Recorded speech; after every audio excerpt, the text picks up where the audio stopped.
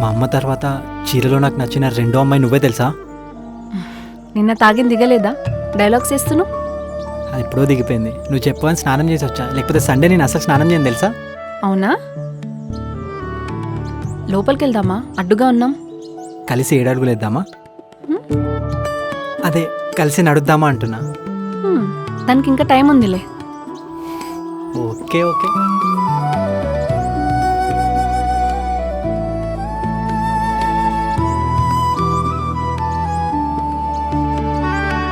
So మా అమ్మ ఇంకా నా ఫ్రెండ్స్ ఎప్పుడు అనేవారు, నువ్వెవరిని లవ్ చేయలేవు, నిన్నెవరు లవ్ చేయరని. బట్ యూ చేంజ్ మీ నాని. చిన్నప్పుడు కృష్ణుడు వేషం వేసిన రాముడిలా బిహేవ్ చేసావన్నంట మా అమ్మ చెప్పేది. నువ్వు నా సీత అవుతావా? నైట్ తాగి ఏవేవో మెసేజ్ చేస్తున్నావు. నువ్వు రెస్పాండ్ అవుతావని. అవ్వకపోతే? లవ్ అనేది ఒక మత్తు, ఇంకా మత్తులో ఏం చేసావని నాకే తెలియదు. అసలు నన్ను ఎలా పడేసావు నాని? ఏ నీకు తెలీదా ఎలా పడ్డావో? నాకు తెలిస్తే నేను ఎందుకు అడుగుతా? లవ్ అనేది ఒక ప్యూరెస్ట్ ఎమోషన్.